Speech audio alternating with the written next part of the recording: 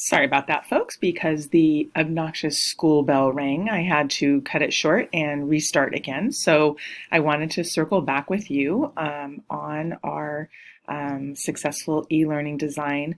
It's very important that we discuss assessments. If we're going to close our unit design loop, we want to make sure that we get through the assessment, which would then guide us back to our next steps and what we would possibly do with the next student learning objective.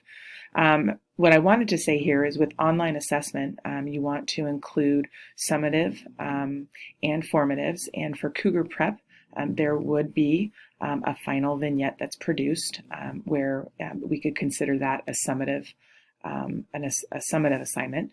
We could also do formatives along the way with peer edits easily within Google Docs.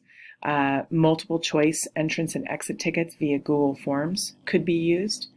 And the Schoology learning management system also has its own offerings for various assessments. In fact, you can actually build rubrics within the learning management system itself.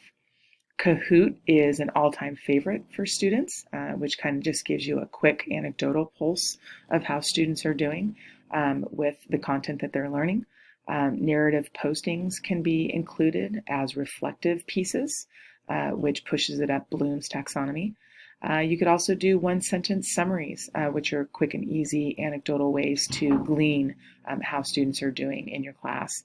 And then rubrics, again, very important for students. It helps to guide their student efforts so there's no questions involved. At least with a well-designed rubric, there's no questions involved.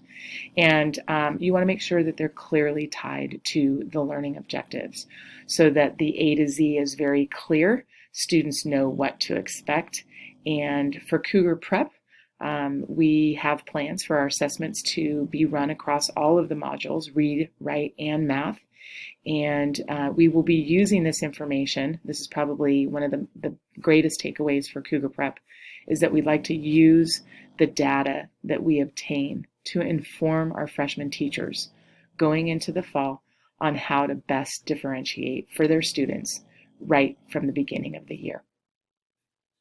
So I hope you have enjoyed this presentation. I think anytime teachers are intentional and thoughtful and willing to try new things, I think anytime there's a combination of that, your students are never going to be suffering or lacking in any way. So good luck to you in your future e-learning designs, whatever they may be.